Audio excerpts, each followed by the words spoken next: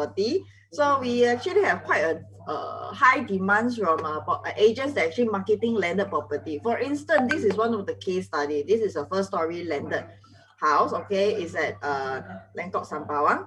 So this one, right? Okay, the property, the price was good. Okay, one thing is only one story only. So a lot of buyers actually very concerned that, oh, can I add another story because the one story is not enough? Okay, how much is gonna cost? And what if I decided to tear down and rebuild? Okay, how much am I going to cost? And also the timeline due to the COVID situation. So how much am I supposed to endure? Okay, so these are the things that a bit more on a concern on the buyers before they actually committed to the house. So this one you also can come and look for us. Okay, also the same thing.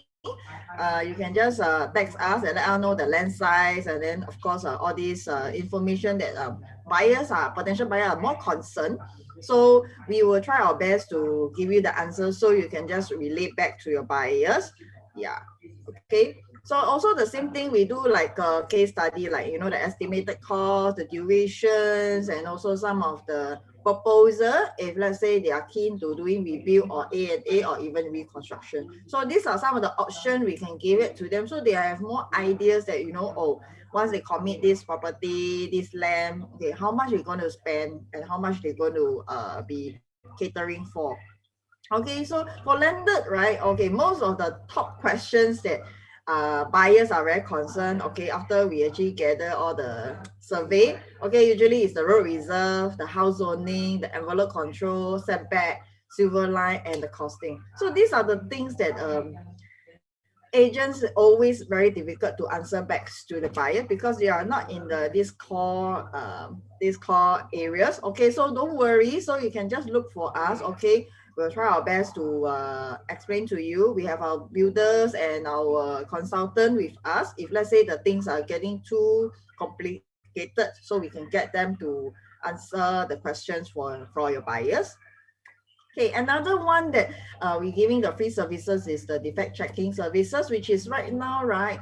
Okay, garden residences. Okay, so they just TOP. So that's why, right, I always tell agents, say last time, right, they 2 to 3 years ago, they buy the new launch from you. Okay, sometimes you want to like, have some connection backs to your buyers. Okay, then you don't want to, lose this relationship. So you can tell them, say, oh, that it's going to take the keys already. So this is like a kind of excuse that you can actually explain to them, say, oh, we actually redeem a free services from Rest and Relax, our working partners. Okay, can I pass it to you? Can I help you to redeem? So these are the areas that you actually connect back to your client. I think your clients will be pretty touched, because that's where like, you actually make the effort to connect back to them. Okay, of course, these are the areas that we are trying our best to help you guys.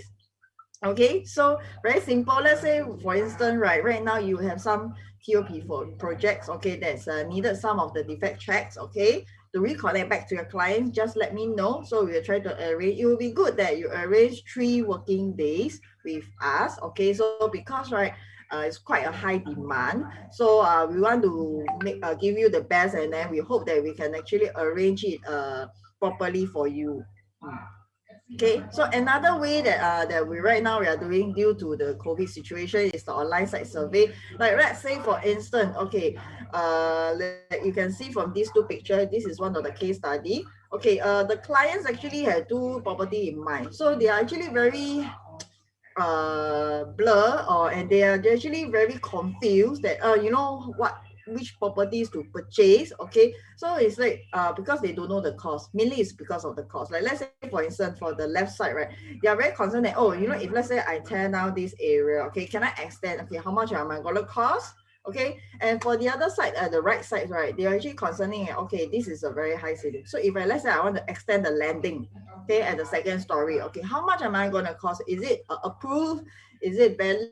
Or is it reasonable to do it? So these are the areas that right now, because of the viewing restrictions, okay, so what we do is, right, I always tell agents, say, okay, don't worry. Okay, let's say in the mid that you are doing the viewing, right, you can use technology so advanced, right. Okay, you can either use the Zoom or you use the video call. So it's like as if like we are actually going to the site with you, but it's only thing that we are not physically there, but we are actually through the telecom telecom areas there lah. Okay, so I just hope that from there, right, it can actually help you guys, because you doesn't have to stuck there, because sometimes right now I think viewing is a bit hard to arrange, a little bit difficult due to this new, we are back to the phase 2. Okay, so especially for all the agents, let's say for instance, right, you actually refer back us the referrals. Okay, we give a 3% cashback. Okay, so it's based on the contract amount signed. Okay, so we hope that we have more supports and more referrals from you guys. Okay, so after we try to provide more of the services to you. Okay, so very simple. Let's say right now you want to try the services of this free 3D proposal, the virtual staging. So what you do is, please take out your phone. Okay, you scan this QR code and then you sign up. Okay, you sign up for this. This is actually a link. Okay, so once like that, you just log in. Okay, register.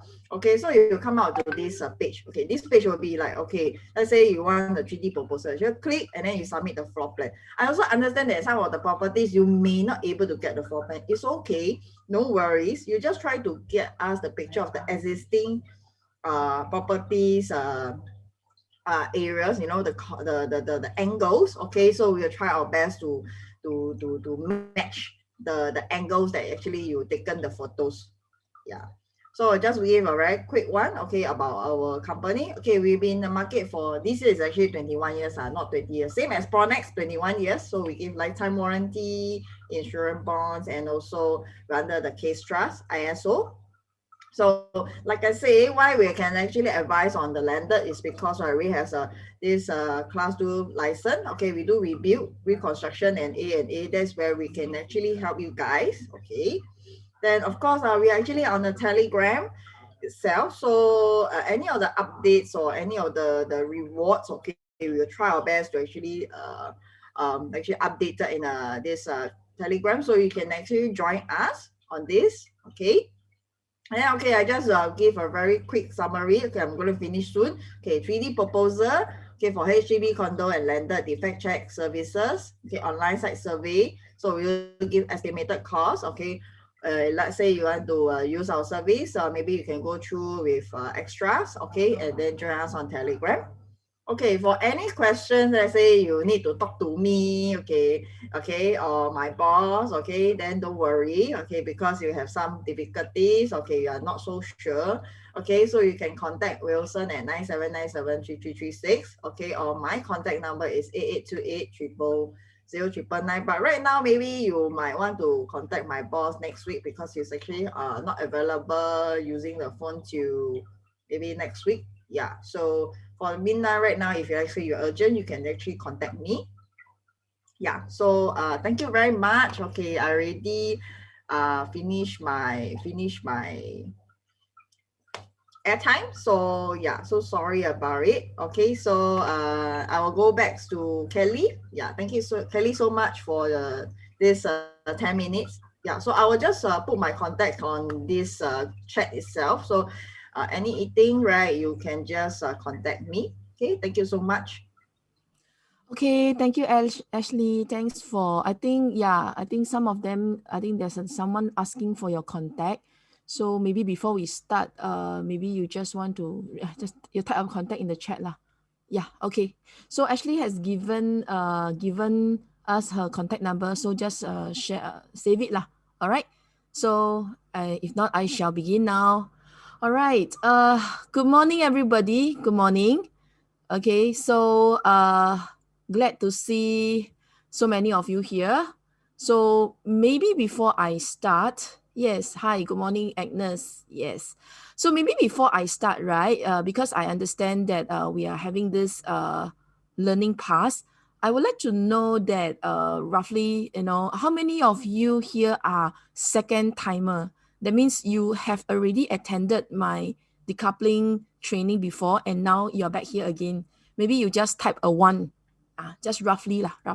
So like I because you guys never turn on your video, so I do not know whether you guys are really listening or you're just clocking hours. But seriously, you don't have to lah, because by coming here, I'm sure that end of the day, I would like to give back that you guys have a concept or have a certain idea or experience in handling deals that require decoupling. So that's why you are here, because we are all agents. So we hope that you guys have the best takeaway. All right, good. And hi Audrey, hi Catherine, first timer, Shirley Yang. Yeah, one means you are here for second time. Yeah, quite a fair bit of you guys lah. Okay, so before I really begin, right, I would like to know you guys in terms of your real estate experience, so that I can pace my language better. So if I see that most of you are very experienced, then maybe certain simple things, maybe I just probably lose track. So I just launched a poll.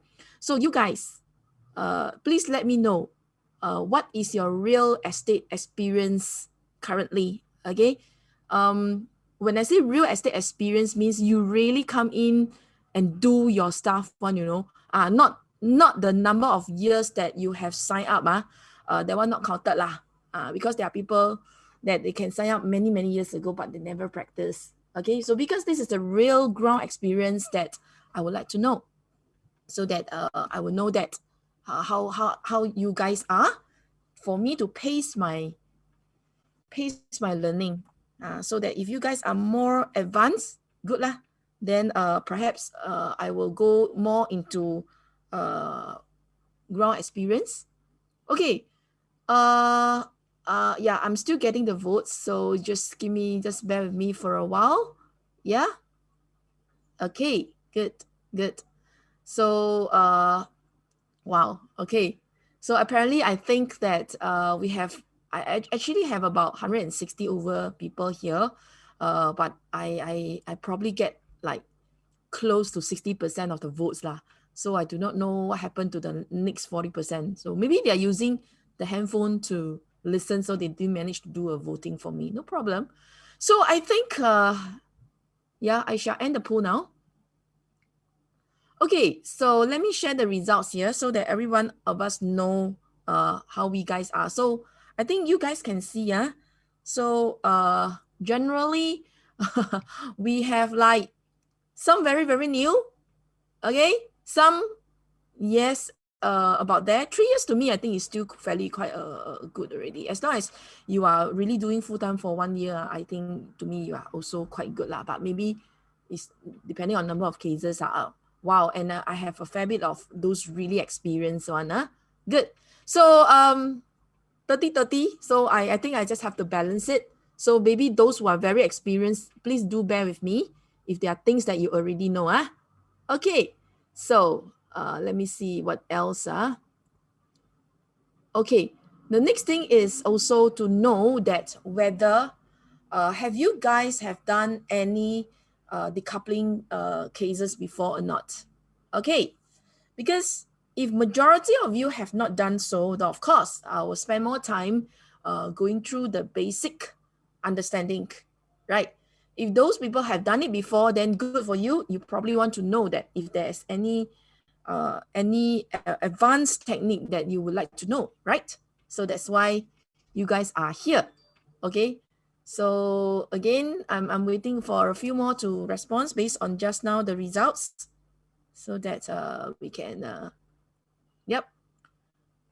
Okay, thank you for bearing it with me. Probably another 10 more or something, because maybe you need time lah to get the response. Okay, almost there already. So I shall. Okay, good. I have attained quite a number. Okay, just give me about 10 more seconds because I think responses are coming in. Okay, I think it's about there. Good. Let me just share the results. I think majority of you guys have not done any decoupling case before. That's why you are here. And I think I have about 10% of you guys here that have done decoupling. So, well, you can, you can join me in my sharing so that we can make this learning faster. Okay, good. So I think we have a balance. just majority lah. That's why you guys are here today, right? Okay, let me end my poll now and let me do a share screen. Just give me a moment.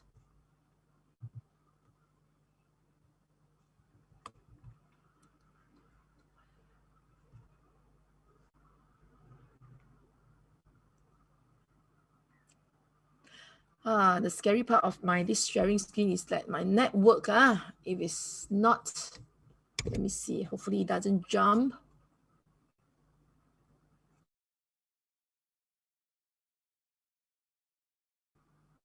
Just give me a short while. Trying to find the network.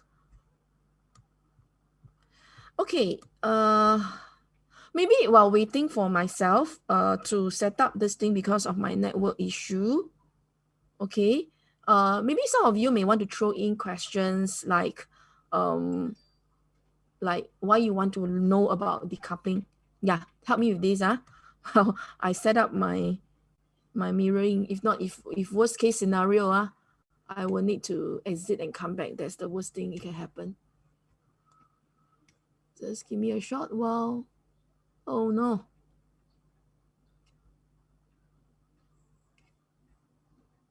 Okay, I think I'm in already, right? No leh. Hang on. Where are you? In the morning. That's why. Don't want to be cooperative with me. Oh dear. Oh dear. Okay, guys, sorry. Toilet break a bit lah. Let me get in and get out again because my network is not helping me because I don't want to waste more time. So allow me to just exit and come back again. Just give me 2 minutes, okay? Sorry about it. Sorry about it. Sorry about it. Let me just leave and come back because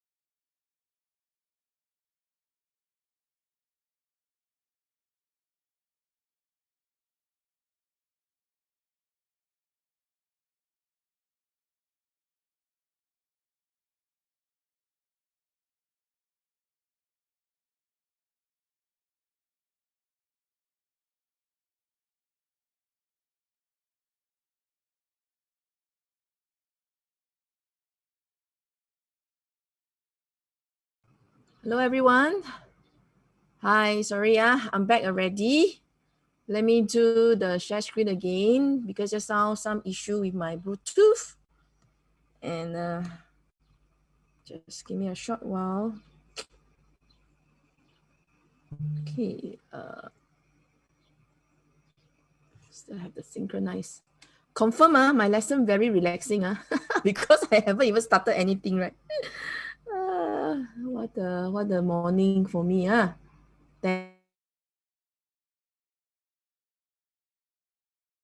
Not getting very stable now. Just a minute. Okay, so I should be able to mirror each other. Oh no, what's happening? Why you can't mirror to each other? Can't share screen.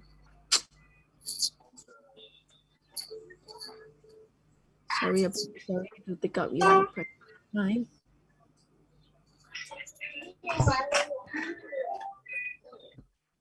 Okay, let's try another way,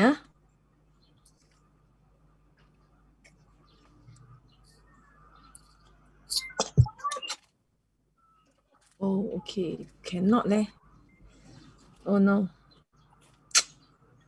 Okay, let me see what I should do. Okay, I think let me do another way of sharing. Okay, I think you guys are aware of the TPA assessment, right?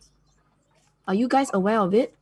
Do I still need to fresh? So if you guys are aware of the TPA assessment, maybe you just put a 1 for me so that I will skip that part that I do not need. So you guys know that I'm just going to verbally cover this. So you guys know that attendance will be updated, and then you need to achieve about 75% of attendance to receive an email to do your TPA. So this TPA is a training program assessment whereby you need to attempt all the questions for all the trainings that you guys attended, and then you must complete with the time frame. So only when you have attempt to attend this TPA assessment and achieve about 75% of your score, then you are considered competent.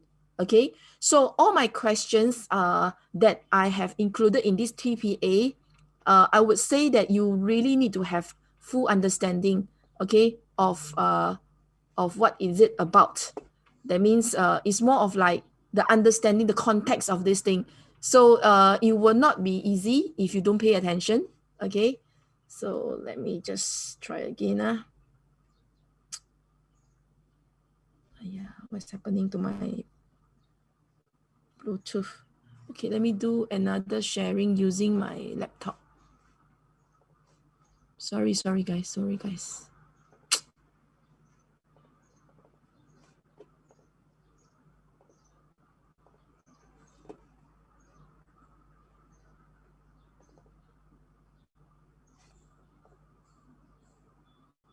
Oh,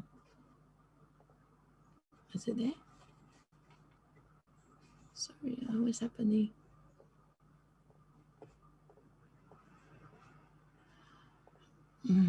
Sorry, because my slides are in my iPad, and now I'm trying to use the desktop to open.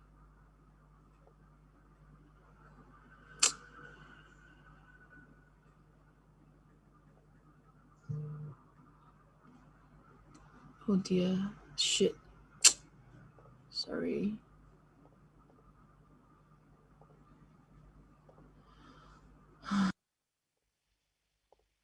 What's happening?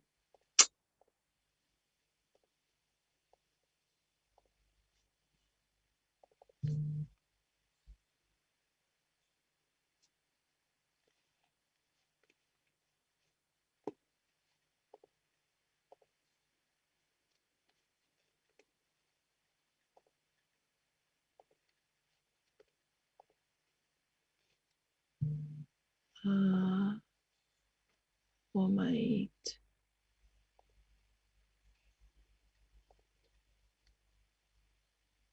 okay. All right. Okay, I managed to get it open. Sorry about it. Okay, I'll use this way to do it. Okay, let me do it. Okay, I have managed to overcome this. Now I need to. Okay, sorry. Okay, finally. Can you guys see my screen now? Maybe you just put a 1 for me so that I know that you guys are okay.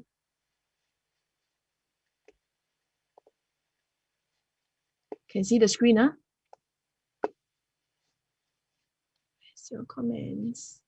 Okay, so today's sessions, right, is about decoupling. So basically, you want to know that what can we do about decoupling, and what decoupling means in our deal, especially that in a market like this, right, we wish to know. Okay, so I definitely need your engagement with me, because some of them we actually do have a case study. So in this case study, right, we probably will doing some hands-on.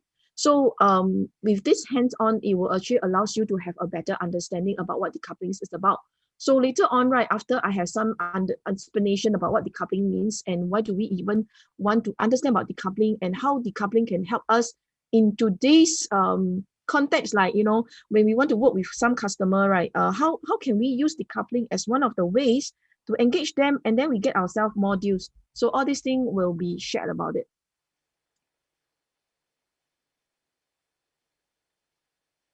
Okay, so just a little bit about myself.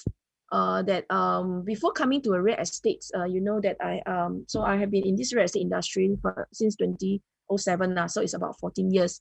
So after that, I actually came from various agencies, and then now I have been in Prodnex, PNG, since 2013.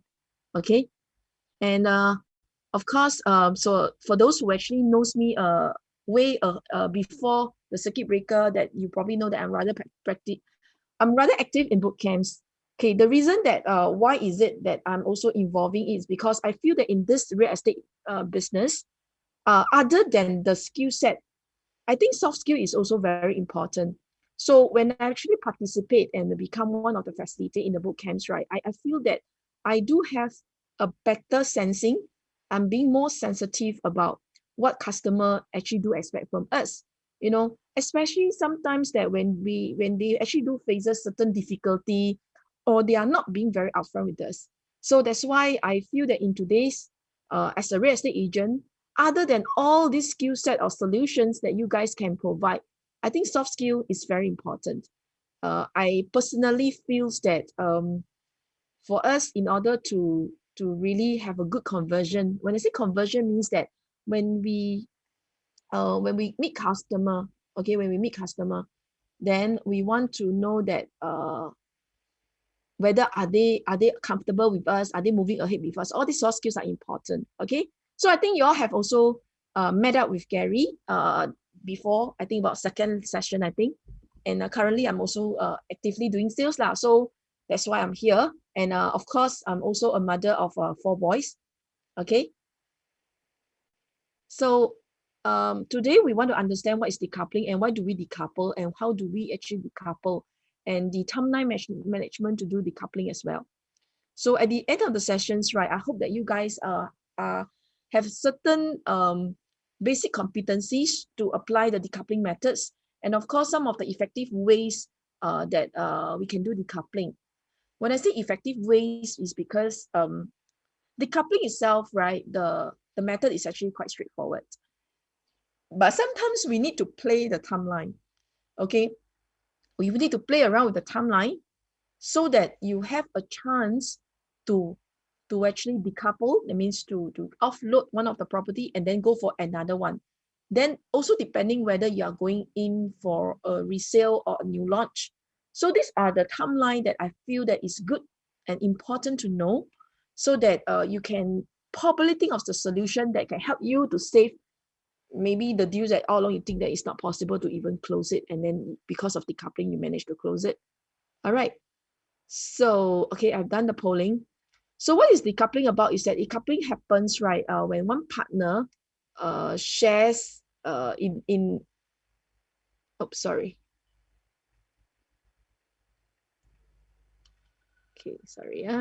So what happens is that, of course, when one partner share is being transferred to the other person, and then it creates a sole ownership, and then leaving the other half a free pair to buy. Of course, generally we know is for avoiding the ABSD, right? We all know that, huh? So now the question is, so I'm going to give you guys just a bit.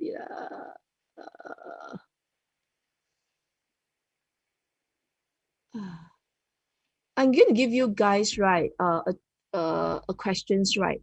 A question now, like, why do we even decouple in the first place? Why do we decouple? Sorry, let me see. How come I cannot see your comments?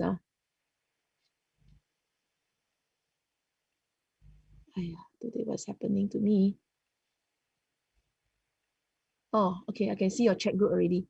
Okay, thanks for being very, very patient with me. So now, my question is, why do we even decouple in the first place?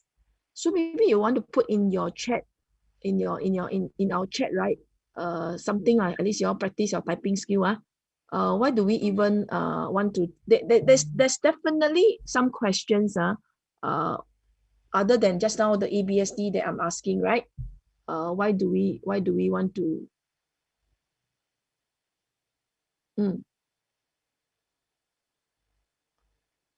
Okay, want to keep the property, want to avoid the ABSD. Okay, anything else? Anything else? There must be some more reasons, because it cannot be so straightforward. Then I still ask this question, right? Then actually I make your there is something. I haven't I off the slide first because I'm using, because later I hope the second session, or later because of a little break, I can set up my system properly again. Then I can really do a better annotation. Okay, I stop the sharing first. I stop the sharing. Later I will show you. So to own an investment property, yes. To buy another property, yes. For more property, yes. Get maximum loans for second property, yes. Anything else? Anything else? Any reasons? Because these reasons, right, I'm asking you is very simple. Is that so that when you meet your customer, okay, that means when you see your customer, you will like, aha, Kelly ever thought about this thing, and now I'm in this situation. So I know why I can propose a decoupling, That's my purpose of asking. Okay, no intention of selling. Yeah, so this is good. Like when someone that you have been talking to, no matter how you talk, say, my place is the best, whatever. Okay, prepare for retirement funds. Maybe you want to give yourself a chance to unmute it so that you can to tell me like how decoupling can relate to preparation of the retirement funds. Abdul, is it? Abdul. Yeah, I give you a chance to talk. Can talk or not? I feel so lonely. So quiet here. Yeah, morning. Hi, morning. Good. Okay, so you want to share like how decoupling can help in terms of retirement? So by decoupling, we have additional cash to buy another property. So we will could gain a passive income and build up our retirement fund over a period of time. Oh, so you are okay, good. So you are putting it in a way that by doing decoupling means more assets. More assets means they will have more to retire lah. Of course, yes, whether they want or not, they can retire. Okay, thank you so much for your participation. Okay, there's one more very, very crucial things that so far nobody have actually answered yet, and usually that is always the last time. Think about what kind of monies are normally being used in decoupling in the first property. Sometimes it may not just be ABSD, CPF. Yes, Agnes has replied. So it's very easy. Tell me CPF, but to give me a better chance to know what do you know about CPF? Maybe Agnes or Sabrina, do you want to? Yes, you want. Yeah, we talk about resetting the CPF. Okay, do you want to unmute yourself so that you have a chance to speak up? Okay, because as agents, actually we must to practice to talk more, right? So don't be shy. Okay, we are all in a learning environment here, so no right or wrong answer. So we actually maybe have I try. high CPF. Sorry. Okay, sorry. Who's speaking? So you want to let me know? No Agnes worries. here. Agnes. All right, Agnes, you share first. Okay, they actually have a high CPF balance. So once they reset it, because the initial property, probably that the owner has actually used a good part of it to pay off the property. So by doing the decoupling, they actually reset their CPF. They can actually cash out. OK， 感觉听得懂，又很像似乎有点模糊。OK， no problem. It's good. Your concept is there. Just that I do not know majority of you can really understand that. What is like balance? Okay, no problem. Can I try? Can. Who's that? I'm Sabrina. Hi, Sabrina. Good. Give it a try. No problem. Okay, for the coupling, because one party have to buy over the other party share, right? So the buyer will have to pay the other party using the CPF, and if it's not sufficient, can use the cash. Yes. So in a way, the other party will end up with more CPF and cash. The other party means the staying party or the seller. The seller. The seller. The seller will so-called cash out their CPF, right? Yes. See? And cash out their CPF, right? But then for the buyer, then you will, your CPF will be depleted and your cash, but then of course it's left pocket to right pocket because it's for the cash portion, because it's husband and wife usually. Understand. But I think many of you may not be able to understand that. How are you resetting the CPF when you are using, the buyer is also using, the buyer is using CPF to pay, is correct. But I think they may not be able to really understand Audrey Xiao finally gave me, because it's a reloan.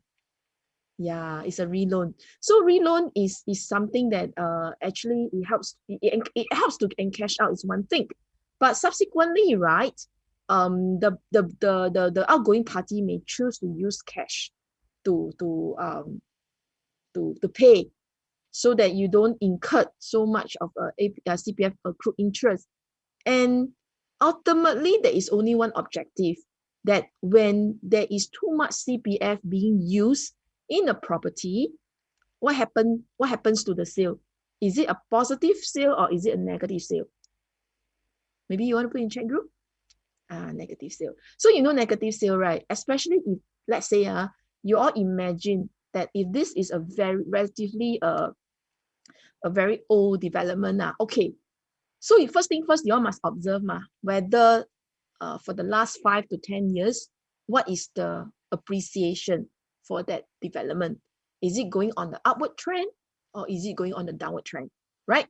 So let's say, for example, that it's going on the downward trend, okay? But yet, sellers still not willing to sell because of their personal reasons, sentimental reasons, right? And then that they are using a substantial amount of CPF, and as a result, together with the accrued interest, they probably already in the negative sale environment or going to reach the negative sale, right? So that is when then you can propose, and then of course financially we have not access, but they are able to that we can propose to do that, to actually and cash out their CPF, so as we can salvage as much as we can before the valuation continues to fall, and then they start to use cash to pay. And then this is also very interestingly, right, that do you know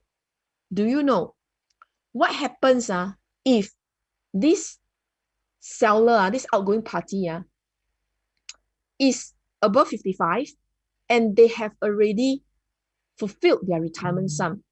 What happens to the CPF money? Anybody? What can we do with the CPF money? I'll put it this way.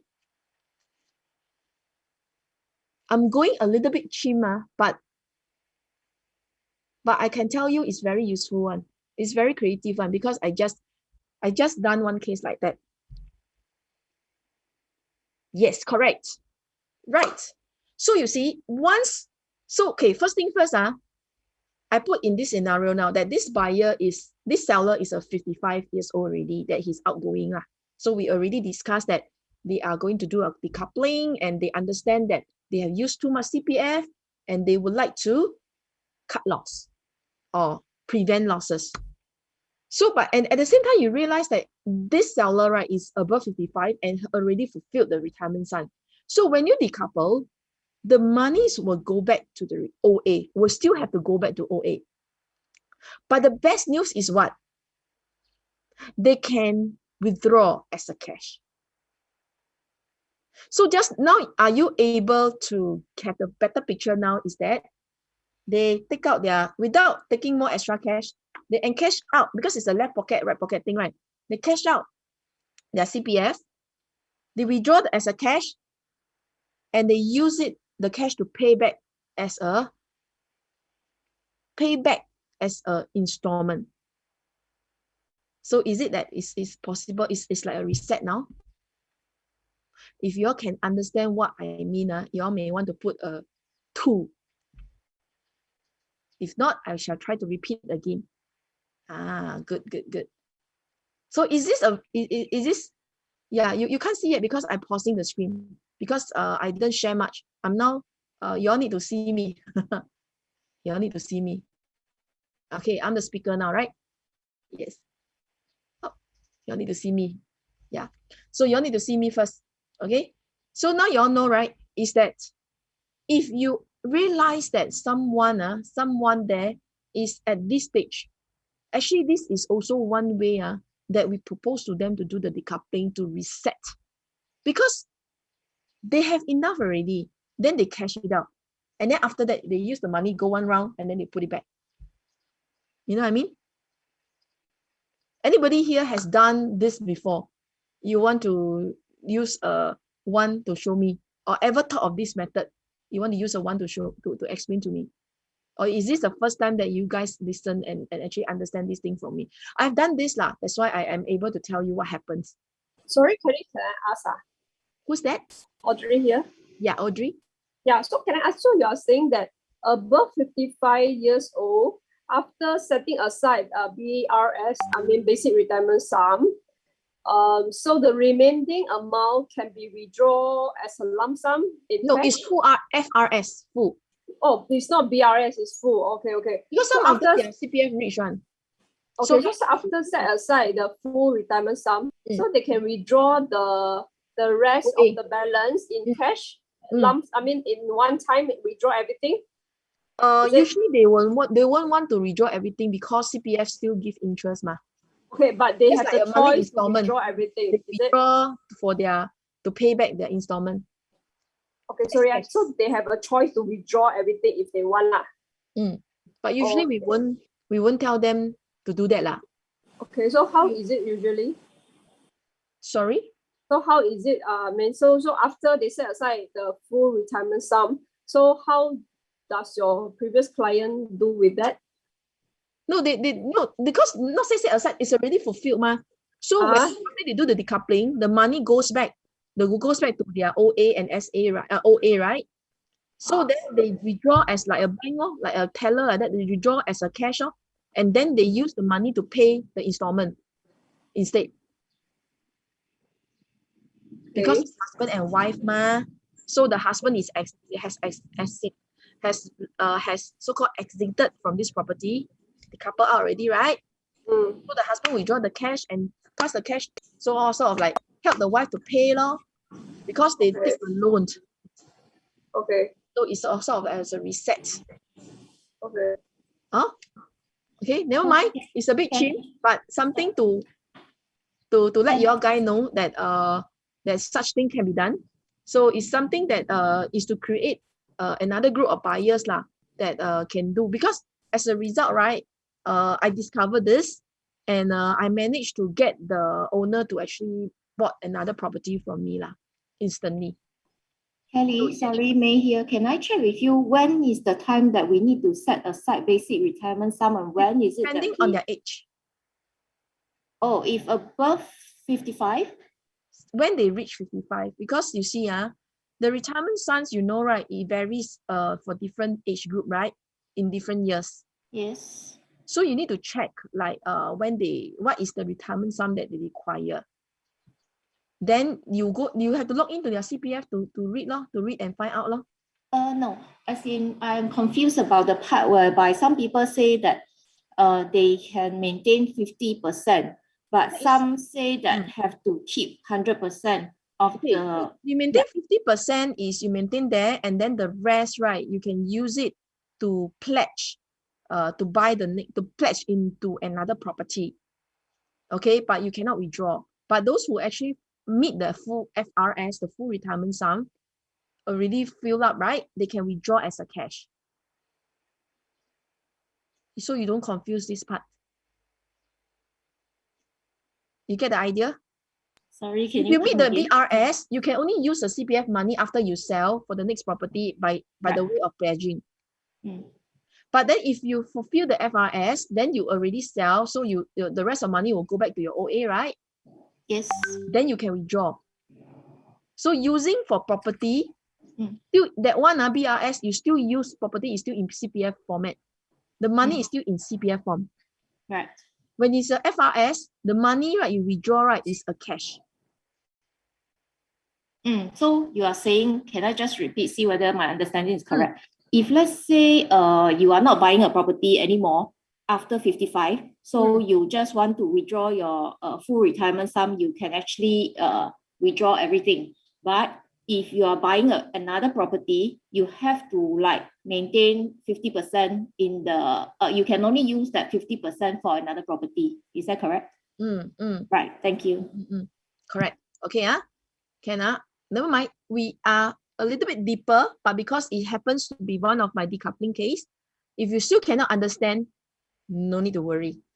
Because majority of time we may not meet, but I always like to share, because you see, as an agent, right, it's always good that when we actually hear from some of the case study, then it's like, hey, I think somebody have done this before. I think I'm meeting similar. So can I do it as well? So that's my purpose of sharing. So if you cannot have a full understanding yet, not too bad, because this is not the really the thing that I really need you to do. And yeah lah, TPA won't be tested lah, don't worry. Okay, now next. Okay, so I think the few reasons that why we are doing it right now is that is to save on the ABSD. Okay, if let's say like your PST owner has engaged you, and then subsequently they cannot not able to sell, after that. So that's why you can also propose a decoupling to safeguard yourself, because sometimes is that you probably already committed to something, then for some reason time is not on your side. Okay, then after that due to sentimental values. Okay, sentimental values. So there are people that, no matter what is kind of price that we expected, right, you can never get them to move lah. So it's very hard one lah. Is then, and what, you also getting it worse when you need to promise them to sell a certain price,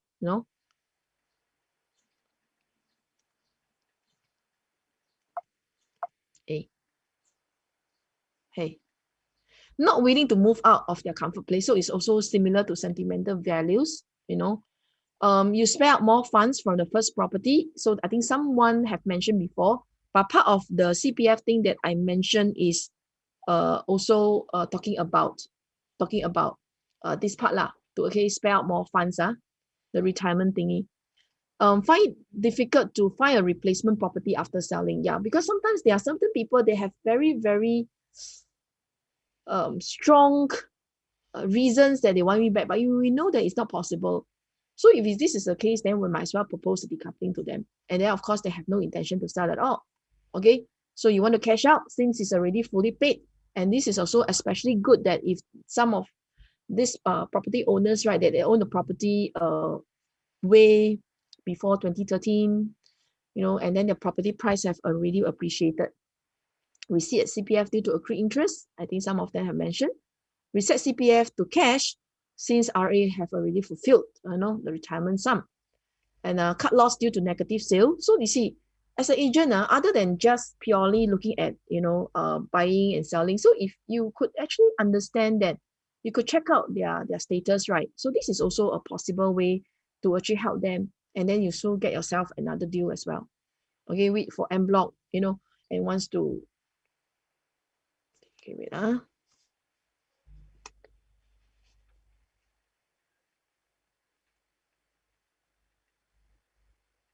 okay, wait for en bloc and want to,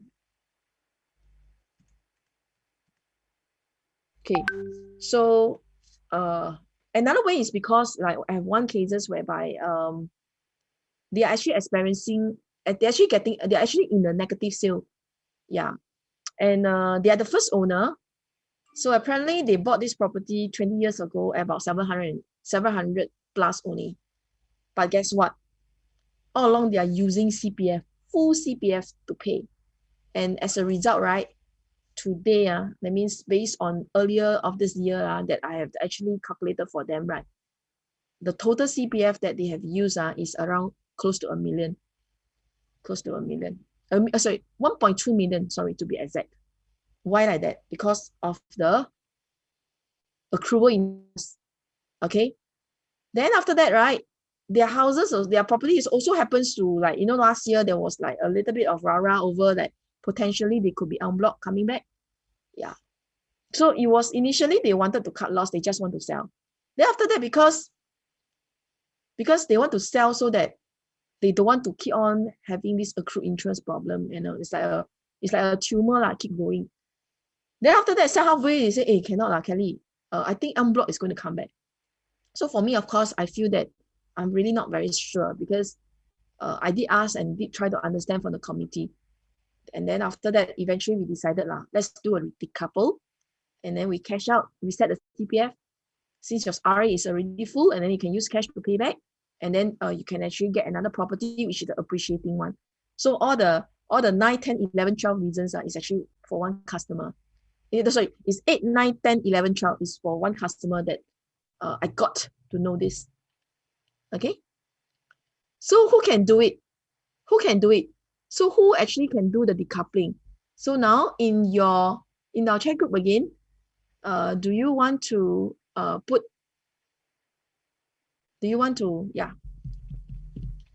yeah. Okay, so first thing first, I answer to Nelson. It is not a second property. So all along it is only if you talk about second property, then you need to put the minimum retirement sum if it's below 55. But in my cases that I just mentioned, right, is above 55 and is still first property. Yeah. So that's why I never talk about the pledging. Okay. So now I want to ask you, so who can do the decoupling? Anyone can answer me in the chat group?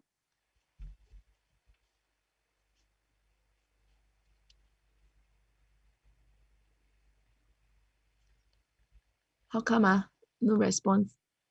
Oh, okay, coming. Okay, take a while to respond. Private property owners, of course, obviously, but there is also a reason why I asked this question. Is there anybody else that I probably did not realize?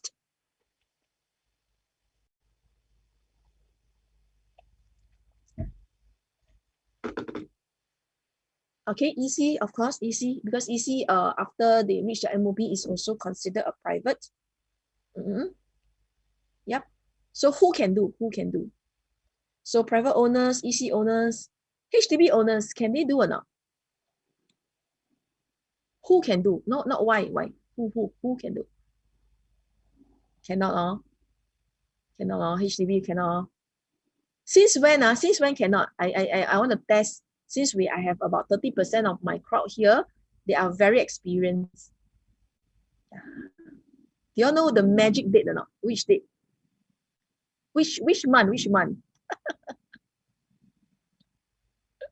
You know, sometimes when we are so clear and we are so well versed in the dates, how come got January, got February?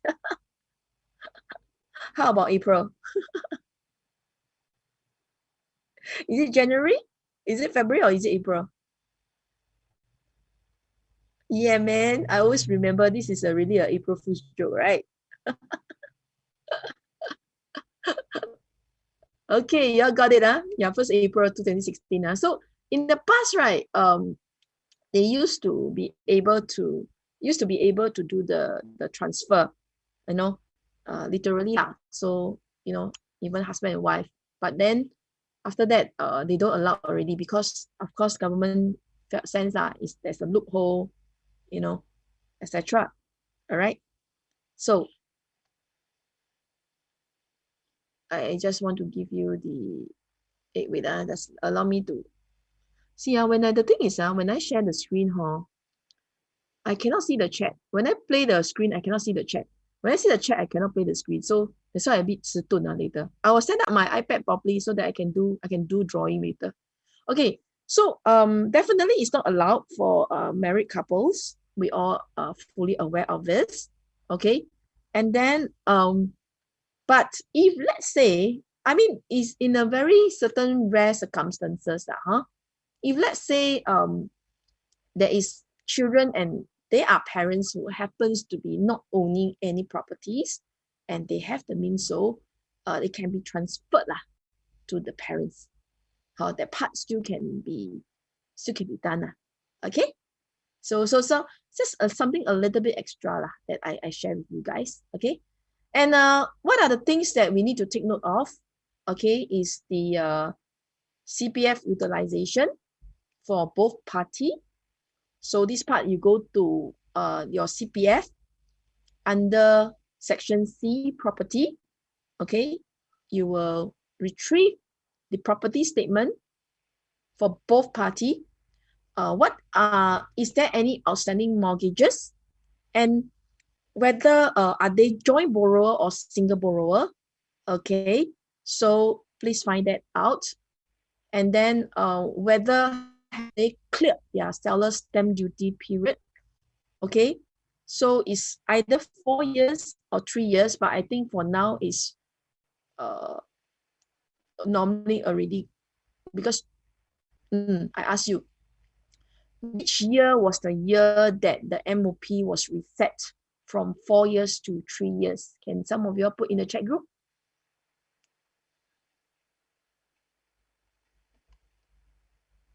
Let me see the chat. Need to exit the screen for a while. 很惨耶我，哎呀，看不到那个 chat。Screen hang. Kelly Esther here. Can I just check? You said first one was what? Go inside the CPF section property to look for what outstanding. No. Under CPF utilization, under section C, property statements. This is to have a full numbers of the CPF usage with accrued interest. Okay, thank you. Yeah. Okay, 来我看一下 chat. Sorry, let me see the answer. Okay, we have 2017 March. Well done. Okay, 2017 March, it was a reset. Okay, so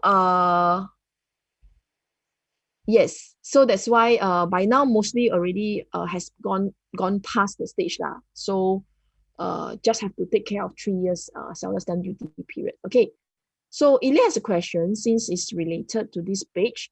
Resale part share for HDB, right? Children can transfer the parent without taking out the CPF. You can't, because your parent have to have means to take back. Yeah, you cannot leave it because it's your CPF. So of course you need to, your parents or whoever must have the means to either loan or have certain amount to take back. So you can't. Okay, you can't. Okay. Sorry, Kelly. Who's that? I'm Monica here. Hi, Monica. I want to check with you, right? Why we are doing the part share, point number 11 and 12. Is if you have negative, either you have negative sale or your valuation is lower than actually than interest plus CPF. That one is actually, if we can just top up the cash rather than decouple, right? Unless the person want to buy or not. Yeah. How does it work? Yeah, you can top up. Of course, another way is you top up the cash. right, to redeem back and then decouple. Yeah, provided they have the amount of cash lah. Then if not, it's also decouple is the same. For example, the other party buy the share. It's also they need to come up with the. No, they can loan ma. They can loan. Oh. They can loan ma 75% of the half share. Oh, So they I don't need understand. to come out so much cash. Oh, okay. So they're using the loan to pay back. Yeah. Of course, they want to take the loan so that they don't need to use so much cash in the first place, and then they pay back slowly, bit by bit.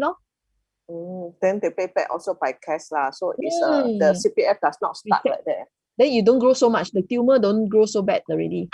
Okay, understand. Thank you. Okay, thank you so much. All right, now.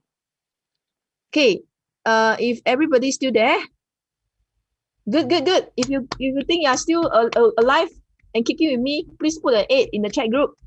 Yes, a bit dry, a bit technical, but I'm going a little bit real slow lah. But later on, because I want to pass all of you, so please bear with me. But if so, for some reason, because it's to cater the different level of classes. Thank you. Huala. Okay, now let's go to the timeline now, before we go to the case study. Okay, let me go it. So for the timeline, sorry, you see, 很麻烦, because I need to shift out your chat, shift in, shift out, because I cannot see you, cannot see your. Wait, I need to push it to the corner so that I can see the chat and then I can still see the screen. That's the problem with using the laptop to share. Wait, they put the Zoom bar below. Okay, now I play. Okay, now the timeline. So what is the timeline that the decouple? So it's actually, it can be as fast as like within a day, or it also probably I say 3 days, because sometimes you may need a little bit of time to get the details up from the owners. So I mean, as fast as 1 day is possible, like tomorrow, like today you decided to do a decouple, tomorrow do it, no problem. Okay. So the completion is about 8 weeks, okay, to 12 weeks, okay, to allow the CPF to return. All right. So decoupling application. So existing property and decouple is to avoid the EBSD. I think this is very well known. Churn out hard cash instead of waiting for savings. This is also quite known because it's like a gear up. If you, let's say the property have already appreciated and then they have like more or less have very little outstanding loan, this is also a very good way. Buy at tenancy in common and then sell back the 1%. That means they buy at 100%. Okay, so this one is buy and, so what I'm trying to say. So they actually buy at 1%. Okay, so is that they actually buy at the 100% and then they sell, number 2 is wrong, sorry. They buy at 100% and then they sell 1% back to another buyer. Okay, but these applications, right, is only possible if it's a new launch. You cannot do, number 3, I'm talking on number 3, ignore number 2 for me, I'm so sorry. Number 3, buy at 100% and sell 1% to another buyer. Okay, this is only possible if it's a new launch. And then provided there is also a certain catch. Okay, is that the developer must give you enough timeline to do it. That means there is a delayed timeline in terms of the payment. And that's number 1. Number 2 is the initial upfront payment has to be like, usually for 8 weeks, you have to pay 80%, right? It has to be in cash. Okay? So, number 3, right, is like, what kind of scenario is that? For example, is that if you have a PR and an SC buyer, and then apparently you want to like, minimize the ABSD. Of course, you'll say that if it's a married couple, yes, it's auto remission. But if it's not, then this is one of the way. Okay. If not, it's also because it's the loan. Because maybe the 100% buyer that buy at first, right, do not have the means to take a loan. There's no reissue involved. We cannot do that already. It's a sale. It's a form of sale. Okay, it's a form of sale.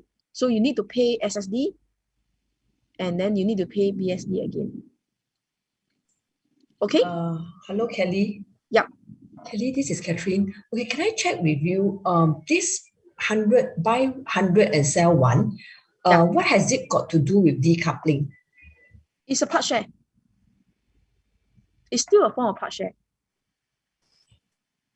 Just now the part share that we are talking about is you have existing property, you part share out and you buy. Now this part share I'm talking about is you buy and then you part share. You get the picture? Sorry, both in purchase. Okay. So thanks. Another, yeah. Sorry, what's the purpose of this number 3? Okay, you listen to me. Number 3 is first thing first. If let's say the buyer that acquired 100% for some reason, okay, do not have enough to loan. You know what I mean? That means you need the second buyer to come in to help to borrow money. So that's why you do that. The second case is that if this buyer at 100%, okay, you want to avoid the ABSD, that the 1% normally is either PR or foreigners that's buying. Okay, so that's why you do that. So usually, right, if you ask me, right, what kind of scenario it can happen? Because for married couple, it's auto remission. But in certain circumstances, is that if let's say they are not related, they are not married couples, then you may need to do that. Okay, to help them to save on the EBSD.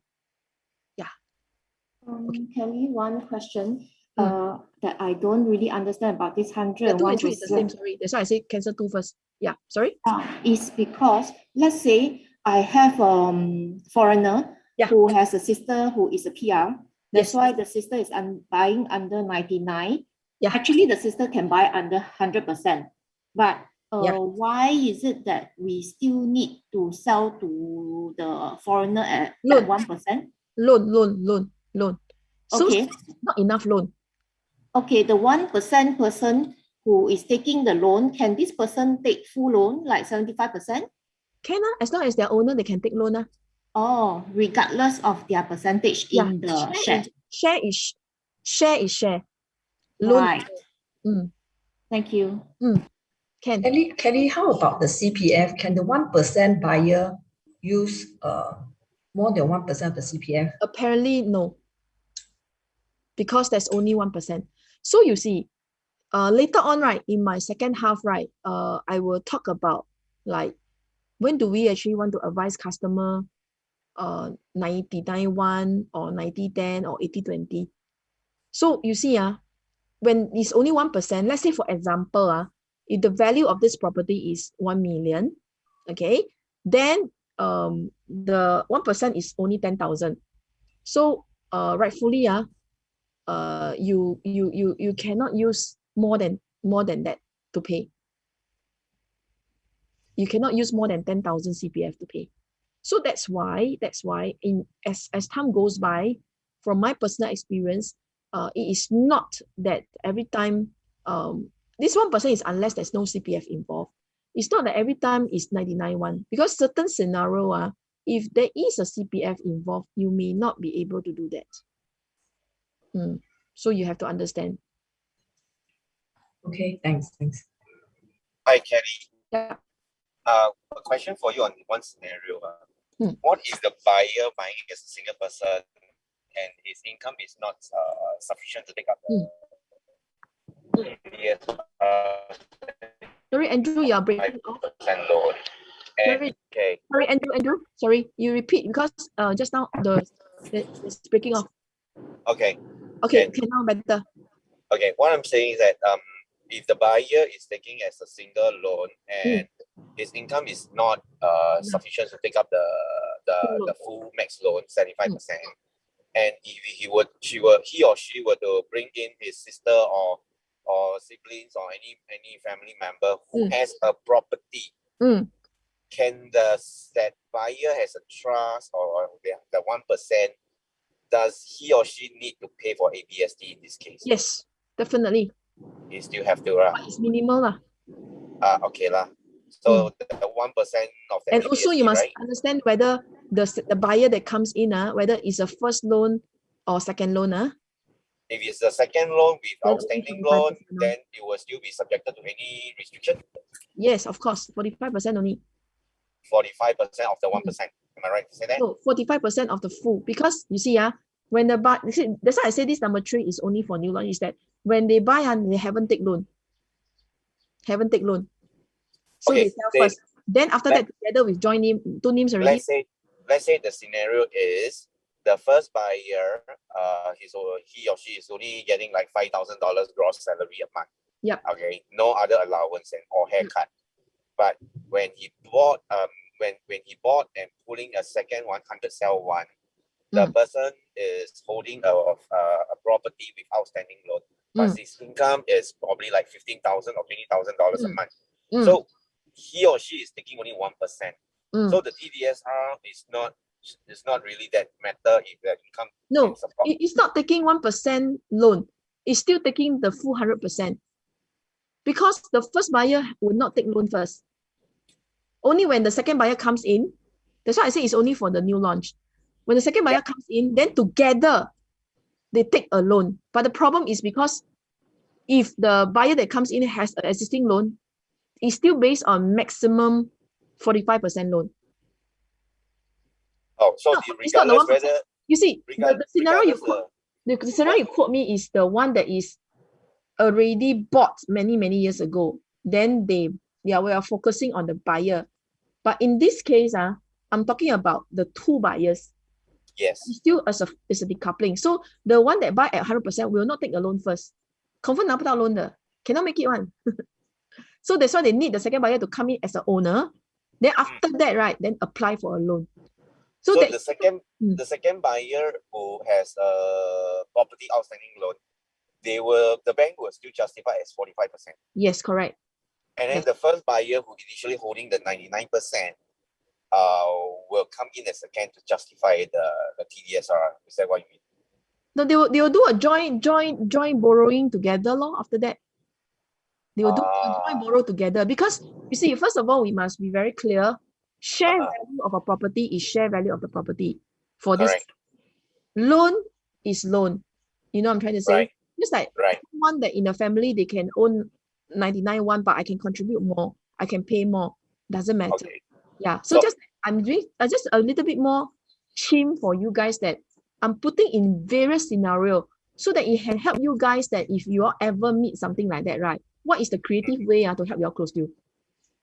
So can I say that if the second buyer who is holding a second property, the only way to achieve the maximum 75% loan is either he has fully paid his property or he owns the second property or whatsoever property is a commercial property, right? Yes, correct. Okay. So you need to understand that. Okay, Thank you. Sorry, one more question. At which point can this 100% sell to 1% to the other buyer? Yeah. Later on in part 2, I will give you a more deeper timeline. Sure, so thank you. I go through the scenario based. I go through the theory now. Okay. Just now you were saying only new launcher, resale totally cannot, because resale you need to take a loan first. You need to pay up first, then you can sell. Resale 做不到, cannot. Sorry, Kelly, Xingyi here. Yeah. Sorry, can I just ask about the CPF usage? So normal case, if you enter into 99.1 right from the start, you actually can no cap on the CPF usage from both sides, right? Yes. And then you mentioned for part share, the person who's buying the 1% cannot use up his entire CPF. Oh, what's the rationale? What's the implication? Is it like why people say why as in 99.1? why is it like that? Like Okay. I think the buyer also will ask. Okay, the thing is this, so actually your case that you answer me, right, is actually in one of my case study leh. Okay, so I just explain to you first okay, so it's actually in one of my case study. Why like that? Because you see if let's say for example I use numbers to illustrate this to you all okay. So let's say for example if the property is $1 million, and let's say the other party, the 1% party is using like 100,000, example 100,000 So by right the 1% share value is how much only? 10,000, correct or not? 10,000 So when you sell this 10,000 value to the other party back and you use up 90,000, is it a negative sale? You just think as a normal resale deal. Is it a negative sale? Yeah. It's a negative sale so there is a shortfall of 80,000 This 80,000 is not recognized because the value is only 10,000, correct? The transaction value is only 10,000. But during part share, CPF will not allow to waive. If we do a normal resale, they allow, right? Usually, right? As long as valuation can match, right? Correct or not? So in return, right, actually they still need to pay back 80,000 to the seller. But what if they are willing, like just family member or CPF won't allow. Cannot. It's not about willing or not. It's the rule. Okay, cannot. Must pay back. Thank because you. it's an internal sale, must pay back. CPF will not allow. Especially they know that it's an internal sale. They will know what. But what if they are willing to pay back? No such thing also lah. No, they are willing to pay back, then it's okay lor. Then can do lor. So for example, if the event that they sell it, they okay to top up the 80,000, right? That's what you mean, right? Yeah, correct. Can. Just that you ask yourself lah. If in the first place, maybe it's to buy time lah. I'm not so sure lah. But in the first place, if they can afford the 80,000 why would they want to use a CPF? You know what I'm trying to say? So that's why in the actual scenario that people normally if you ask me, right, based on my practicing experience, if people who can afford cash, they will not want to touch CPF already. But usually is that they don't have enough cash. Sorry, can I just double check? You said sell top up the remaining 80K is when they sell the property or when he sells that 1% share to the 99 owner, is it? When he sells a 1% share to the 99 owner. But wait, what if he has no intention to do that at all in the future? Then why do you want to do 99.1?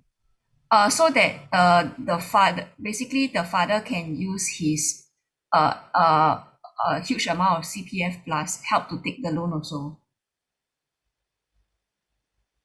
Okay, so you are saying that is to use the CPF to down pay lah. To pay. Why do you need to do 99.1? Because he owns a private property. But you still subject to second ABSD Yeah, so that's why he want to minimize it by doing that part share. You still pay the full. You cannot part share what? How to part share? You can only use 10,000 if you part share out 1%. You cannot use 90,000 because the transaction value is only 10,000.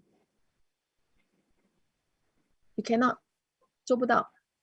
Okay, so it's only the loan part lah that he can take full, but then if 1% means he can only buy 1%. He cannot basically help to pay some of the 99 with the CPF. Cannot.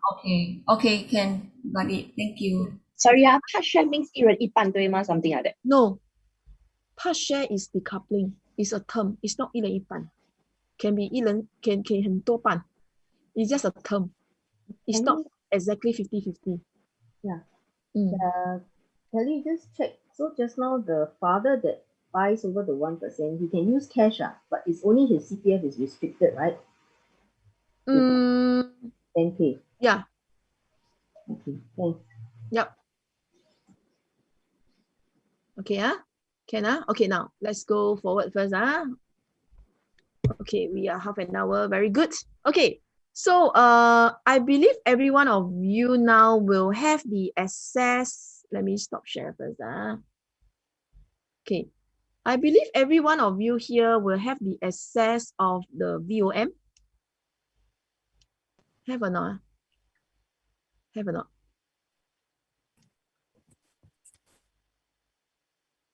You just put a one, sorry. Yes, yes, have. Okay, because I'm just going to use one of the PA app to do some illustration, okay, as a very basic one. So later on, I will use a spreadsheet that I have actually created to help you all to gain a better understanding. And this is the first time that I'm doing it for you guys. So you guys are the fortunate batch, because after conducting a few rounds, I realized that it's not very easy to understand from the phone. But never mind, as a matter of a quick illustration, I'm just going to do that. So I think we are at the next question whereby, okay, let me try to do a share screen again, because I feel really, really very depressed that I cannot use my screen to do it. I'm not sure Okay, wait.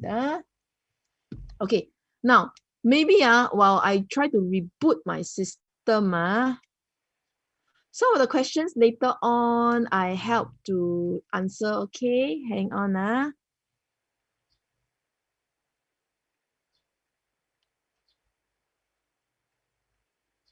Okay, now, okay, let us go to the case study one.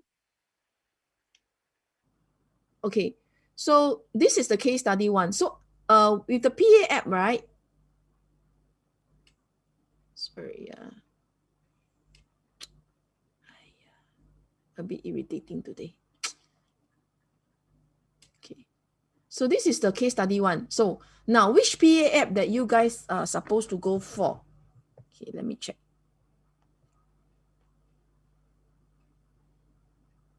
You go to your VO.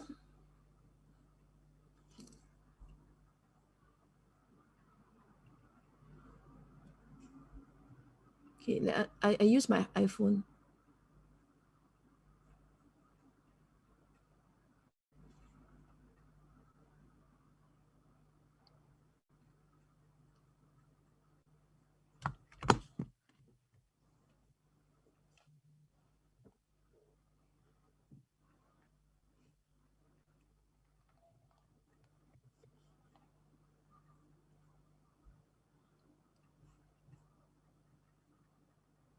Okay, so you go to your VO, right? Under this, oh sorry, you go to your PA app. Okay, so in this PA app, you go to your calculator, and there is this thing called decoupling. Okay, can you all guys go here while we attend the questions? While we attend the questions for, sorry, use the PA app. Yeah, PA app. Okay, can So at the same time, right, you guys will have the notes. Correct now, your notes. So go to your notes and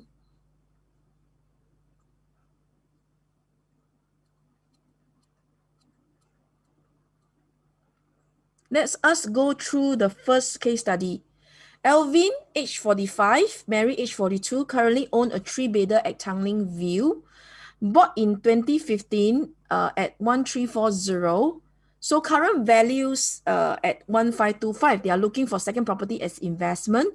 Currently have a cash savings of 300,000, income at 10,500 for Alvin, 9,500 for Mary, outstanding loan 850. Plan for the next investment.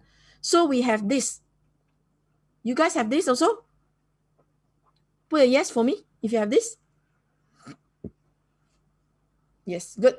Okay, now, okay, I will need you all to start to let me know while I attempt to do this together with you in the PA app.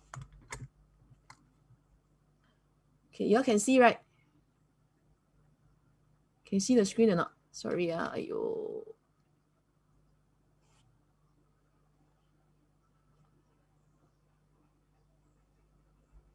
Can see,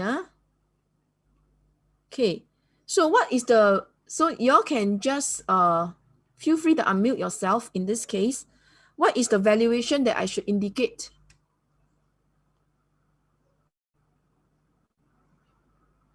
Hang on, coming. 1.525. Yeah, hang on, coming. Okay, can see already. Okay, so this one is valuation is 525. Yeah, 1525. Take care. Okay, so this is the new one. Then what is the outstanding loan that I need to include here? 850. Correct. Okay, so in this case, first thing first, we all assume that is joint borrower, joint tenancy. So share value is 50-50, right? Okay, now let us do, so usually, right, I would suggest to trigger both scenarios. So whether is it Mary to sell or Alvin to sell, I say I don't want to think first. I will do that. So in this case, right, let us try that we use Alvin as the seller. Okay, so what is the CPF usage that I should indicate here? For Alvin? Anyone? 167,500. Okay, good. 167,500. Good. So no seller stamp duty. Okay. So for the buyer, what is the CPF balance that we need to include here? 180. Yep, correct. Okay. So to help you all to understand better, in this PA calculator, right? They assume that the buyer will take a 75% loan. So I do not have a choice for me to say that I want to take lesser loan, or I don't have a choice that if this is only eligible for 55%, etc. So first thing first, I need to clarify this. So we assume that the straightforward one is 75% loan. Okay, there's one more thing that we need to indicate here. You see a zero, right? There's a zero here. So CPF to offset balance 20%. Okay, before I explain what this means to you, do you all know what number should I put here?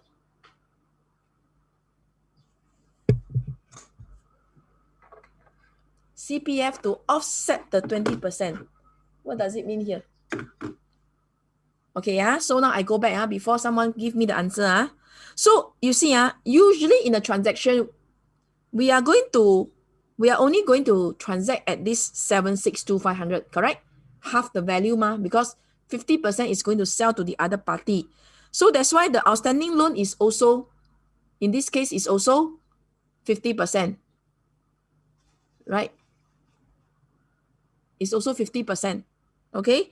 So the option fee, rightfully, in all transactions, when you want to transact any resale property or any property, you need to have a 5%. So that's why the 5% is supposedly in cash. Okay, that's the 8,000. And this 5% in cash, right, is something like a left pocket in, right pocket out. So certain law firm, they allowed to waive off, don't need you to show the money. Certain law firms say, oh, you have to produce a cashier order. So sometimes to play safe, I usually tell the buyer to stand by of 5% first, which is 38,000. But remember, 75% is the loan. What is the 20%? How much is the 20%?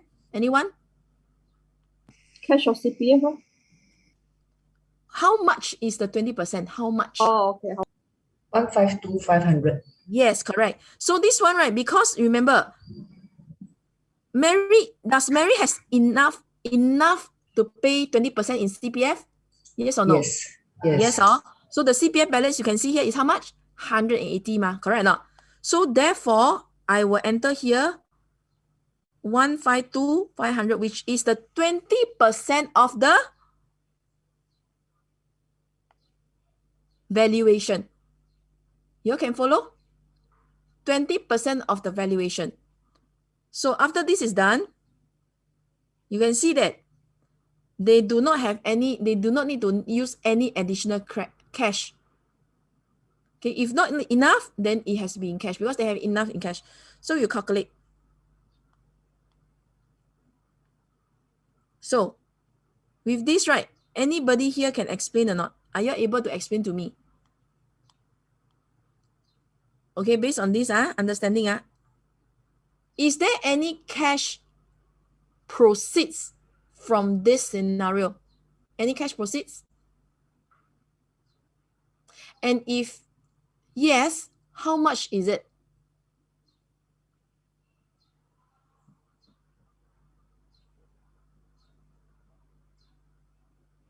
Waiting. It's 170. Yes. Okay. So 170 is the cash proceeds, right? So in this case, right, if Alvin sells to Mary, he will get 170,000 cash proceeds, which they can use it for the next property, right? At the same time, how much CPF will be returned to Alvin's account?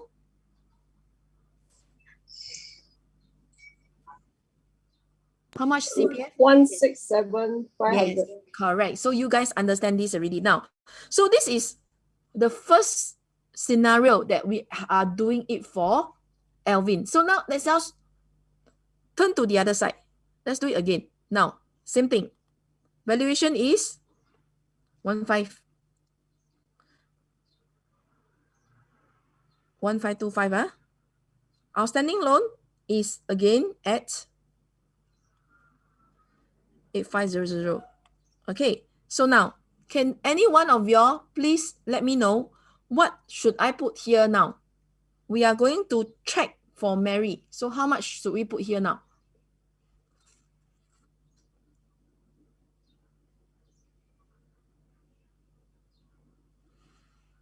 Yes, correct. Based on the CPF and accrued interest is 202,300. And what about this side? For the buyer side, what should I indicate in my CPF OA balanced? 265. Yes, Jason, you are right. Okay, so as again, what about this? What should I indicate here?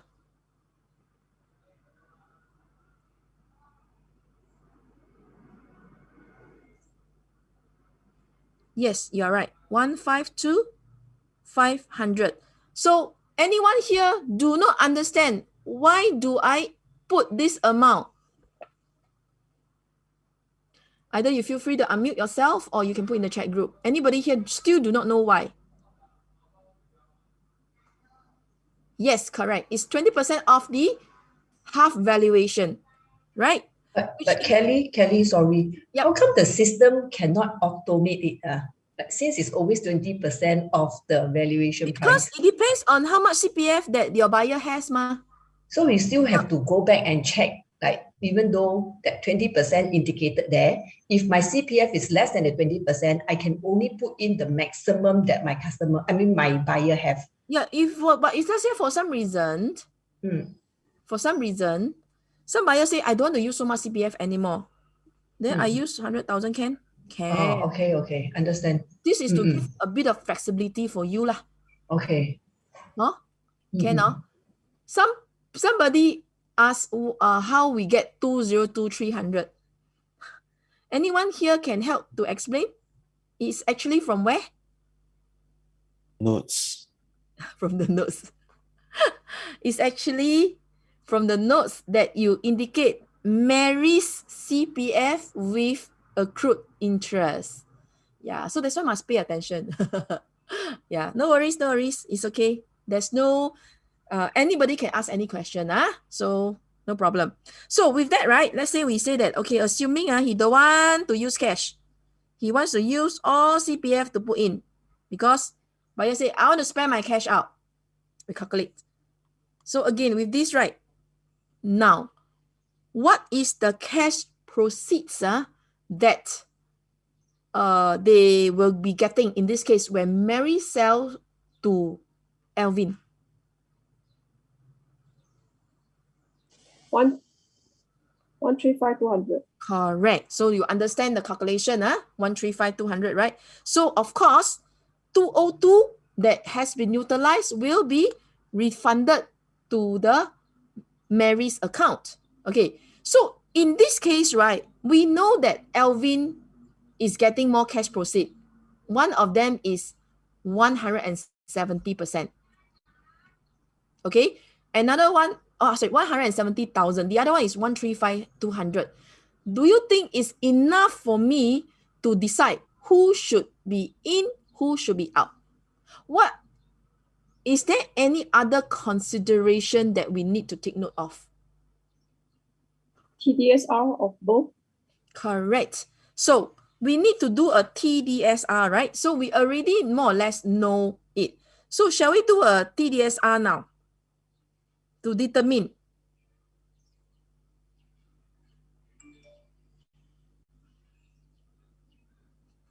So let us do a TDSR calculation now. So we're only going to use one at a time. So what should I include here for Alvin?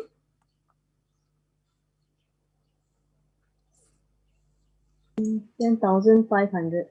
Yep, correct. The age, we will put 45. Any other expenses? Car loan, 1,002. Yes, correct. So in this case, our expenses, we are talking about car loans, credit cards, everything is inclusive. So with that, we just do a calculate. So is everybody getting this amount? We gotten it, So for private, right, he is able to get a 853. So just now, did any one of you all manage to remember what is the new loan after decoupling for Alvin? Is it enough? No. Not enough, So now so remember this amount, save it. Now let's go and try again for Mary. So we will indicate Mary's income, 9,500 over here. Her age is 42 and her expenses is 100. Okay, so we tabulate. So Mary can loan up to 1,060,396 for 23 years. So actually their numbers are pretty close. Now, some of you are more experienced agents. So in Alvin's case, so we've done with this 2 TDSR calculated already, and just now you've done the decoupling calculation. Can any one of you answer me who should stay and who should go and why? You can unmute yourself so that you can have a conversation with me. Anyone? Alvin stay and Mary sell. Alvin can stay and Mary to sell, right? Okay. Yes. Why you want to arrange in this way? Because Alvin's loan is not enough. So Mary sell and buy the new one to get the loan. Okay, so Mary is you see Mary staying lah. Okay, so this is a very direct method.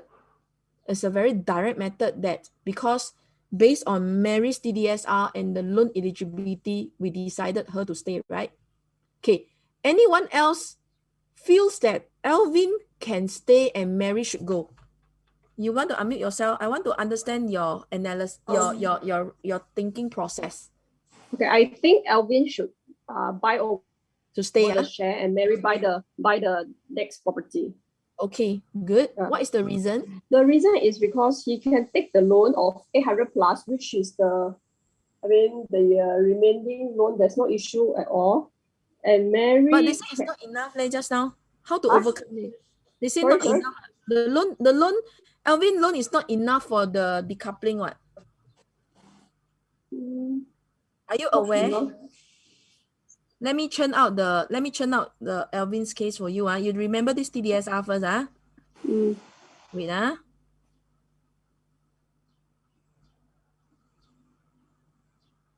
Alvin is using 265.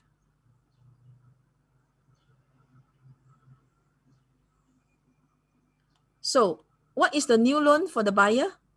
Cannot see your screen. Oh, sorry, didn't see her. Hey, how come?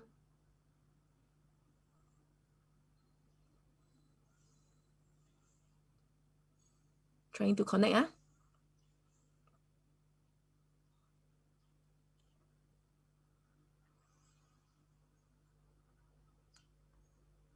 Can see now? Oops. I cannot, but I don't know whether they can. Okay, now can see. Sorry, can Oh, see now right? can. Okay, so what is the new loan for buyer? Is how much? Can you read out to me? 996. 996. So just now, based on the TDSR, how much is Alvin's loan? Okay, 853. 853508, right? Yeah. So now you want Alvin to stay. So how are you going to resolve this issue? Pledge or unpledge? Alvin has a car loan. Okay. Can refinance the car loan. Ah, I don't know so whether I haven't count. yes, correct. So let's do this. So this number you all remember already, 996. Sorry, I need you all to do this together because usually I use my iPad to do the writing. But let me try to improve this later for the later session. Then y'all can understand me better. So can y'all please help me to remember this 996,875 first, which is the new loan. Okay, now let me do this thing again. Just now the TDSR, right? So Alvin is having 10,500. So how much is his expenses if I take away his car loan? How much? 150. 150. So with that, right, we calculate. Is it enough now? Just who was talking to me? Yes. So you see, when you want to do this, you must think on the full picture. Okay, of course, pledging and pledging is also possible if they don't want to do anything. Okay, but this is just something that they can actually do a refinance out to a leasing company. I think somebody said Jason, is it? To Tokyo Leasing, yeah. And that's resolved. And within 2 weeks can be done already. It's fully redeemed already. Okay? Okay, now, so I need you to continue with me. So why you want Mary to buy? Okay, just my own. Because okay. the beauty of this is younger, that everybody have she's any younger. idea. She can get a higher loan amount. Yeah. Yes, it's just my So with higher loan amount means what? She can get a higher property price value. I mean, she can buy a higher price, a higher property. When you realize when I refinance out Alvin's loan is almost identical to Mary's loan size. But why you choose Mary to buy instead of Alvin? Is there any other maybe the thinking initial loan amount, the initial mortgage installment would be lesser if compared because the tenure is 2 years younger. But of course, they can still refinance later on to 75 years. Correct. I think the very good answer from Joel and Alfred is that you want Mary to exit because Mary is younger, correct? So as a result, there is longer tenure, and it may also make and seems to the buyer that the installment is lower. Got the idea? I share with you. Because you all know, when you all want to explain this to customer, you all must also think through your own thinking process, why you want it in that way. Then you are able to influence your customer to take action with you. Can? Good. If everybody is good, please put a thumbs up for me.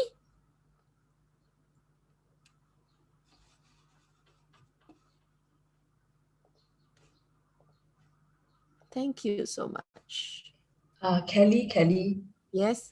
Can I ask, okay, I come across a customer who do not want to refinance the car loan because they say that currently their loan interest is much lower to those car loan. Actually, the difference is only 0.1% for now, just to let y'all know. I just did it only. No, I mean, my one of our clients just did it only. Yeah, but okay, valid lah. If let's say they say that the interest is higher, and then? Okay, so for this case, Alvin, though the TDSR is 853K, but he can actually get back cash proceed of 170,000, and with his CPF refund, actually he's able to finance for the new loan, which is 996K. Am I right? So you can suggest that he can down pay more lor. Oh, okay. That means instead of just 20%, he just down pay a little bit more lah. Yeah. Okay. Down pay So more. if that kind of don't want to refinance car loan, we can do this. Yeah. Okay. One of the good thing is we agents must be creative lah. Yeah, but of course for training purposes, I'm using a very straightforward scenario. Yeah, but I just throw in a little bit of challenges. Okay, so now let us go through the case study first. Later on, I will let y'all go off at 12 p.m. sharp. Okay, and then after that, right? What is it that I will be doing with you guys is that at 1:45, I will be coming in early, so that I can help to answer some of the questions that you guys may have and or I did not manage to answer. Okay, so I'm just giving you another 15 minutes extra. Then after that, right, there will be a lawyer that is going to come in. He will talk a bit about decoupling as well as trustee as well. Okay, so please be on time or early. Yeah, because I like to end the class early. I mean, not that I like to end the class on time. So please be on time because end of the day, you all want to learn all these is to help you all to close more deals, you know, and be more proficient to speak to your customer. Okay, so let me continue. So, but later on, give me the time to set up my iPad properly. I feel a little bit so sorry to you guys that I didn't manage to do a proper training because my iPad is not linked up. Okay, but never mind. So let me just finish up this thing.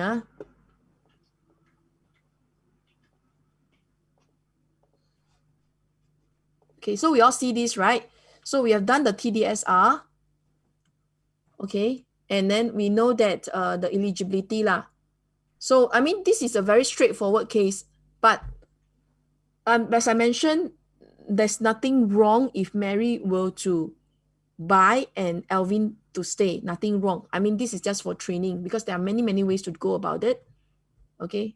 Kelly, I have a question. Yes. So, would it be one more compelling interest for Mary to stay and Alvin to exit simply because if Alvin is the one that exit, there's more cash that's being yeah, possible also.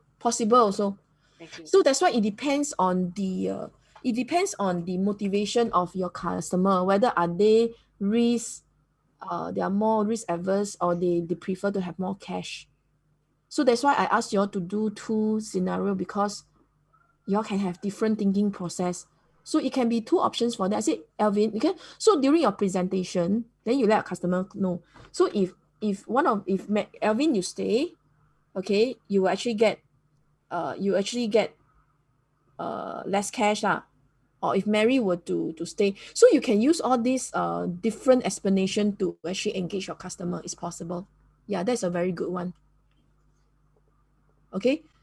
Don't need to. Okay. So then this is also in case there is a shortfall and there are people who says that what is the unpledged amount and the pledged amount that they will require. So you see there are several methods. Down more CPF, do pledging, unpledging, or because you would prefer to have more cash, that's why Alvin to stay, you know. So different scenario. Okay. Can show funds.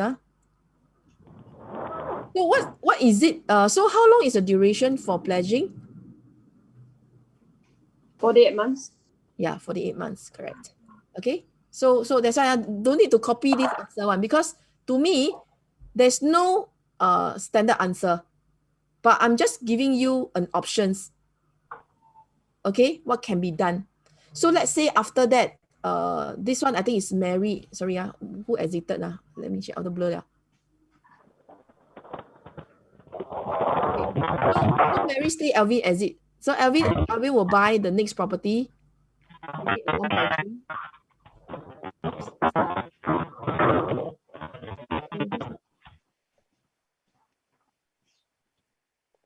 Okay, I mute first. Okay, sorry. Let me just share again. Okay, so let's say after that, you all can use the spot calculator to do a spot, like based on 1.3, what can you get, and then what is the reserve periods. Okay, without working. So far, so good? So far, so good. Okay, next. So timeline is also quite straightforward. But because if let's say, because nowadays, we cannot do any reissue. So if only that the developer allowed the extension of time, then we can actually we can avoid the bridging loan. If not, they don't give it today, then you will need to use the bridging loan to bridge the funds from the existing property to the new property. Okay. So what is the basic checklist for decoupling? Okay. Wait a minute. I need to move off my screen away. Okay, what's the basic checklist for decoupling? Okay, you check for the current valuation and you must use the new valuation. You cannot say that, it's internal sale, I want to save on stamp duty, I use the low one. Cannot. Check the SSD period. Check for any ABSD. Check for your loan eligibility. Okay, before we decide who. Work out both scenarios using the figures provided. See if there's any cash that requires top up. Kelly, sorry, this is Joel.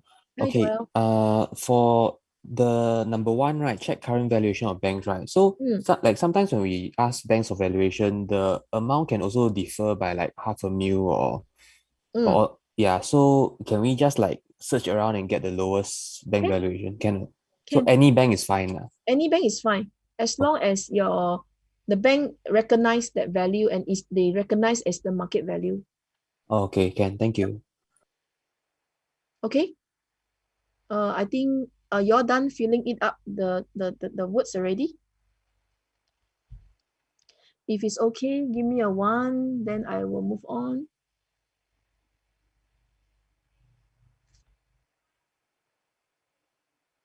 Okay, 10 more seconds. Okay, we go. Okay, sorry, this one. Don't worry. Okay. So this one, right, I think is now is in your notes already that Ben and Jean, age 27, currently own a 3-bedder at Quartz, values at 1.08, looking for second property for investment. Current outstanding loan is 552, income is 7,002, and Ben is 6,002. Plan for the next purchase. Okay, so this is your mini homework for your lunch time when you can. I believe you may not take the full 2 hours, right? We are coming back at 2 o'clock, right? So please attempt to do this question for me using the PA calculator, and later on, right, we will get someone to do an explanation to me. I think in this way we all will learn faster. Can all these are in your notes, right?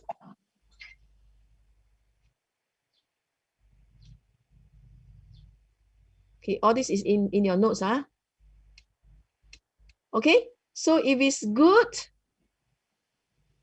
yes, all this is in your notes, So you use your PA calculator, that what I do again. So you do the 2 scenarios, and then after that, right, you do the TDSR.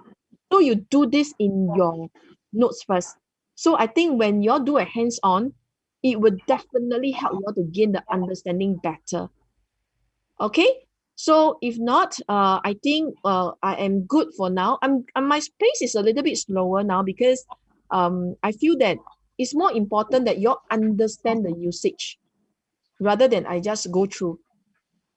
Okay, So I just then so that at least that you guys can have retention better retention rate.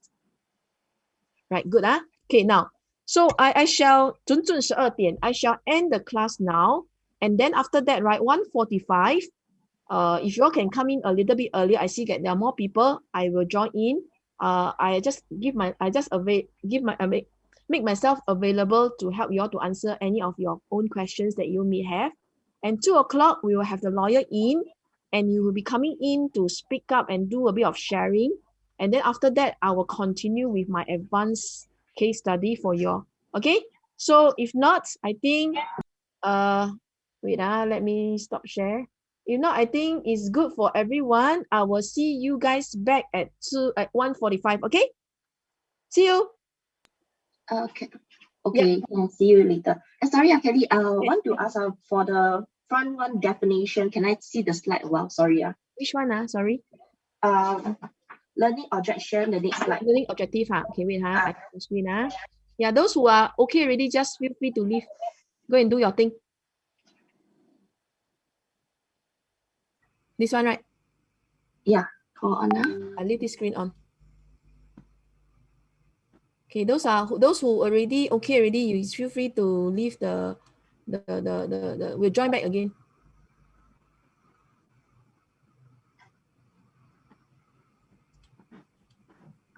Kelly, can you go back to timeline to decouple that slide?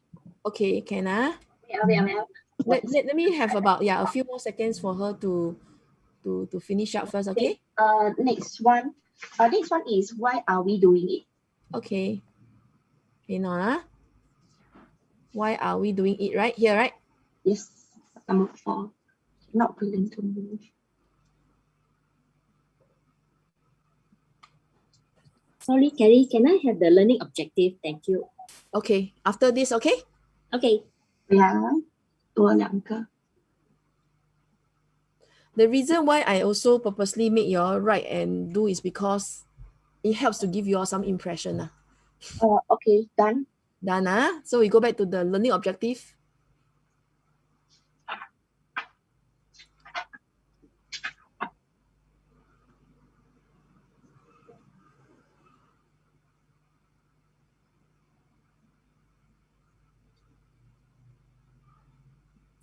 Kelly, you can go back to definition. Thank you. Definition, Thanks.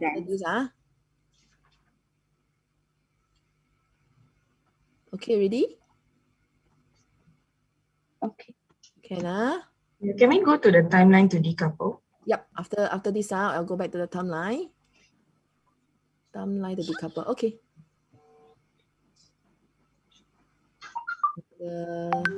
10 more seconds.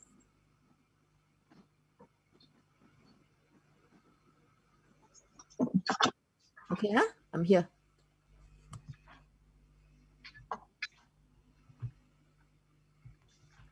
Done, thanks. Okay, that's all. Okay, Ken, if not, you guys take a break. See you guys at 1:45 or 2. Oh. Bye-bye.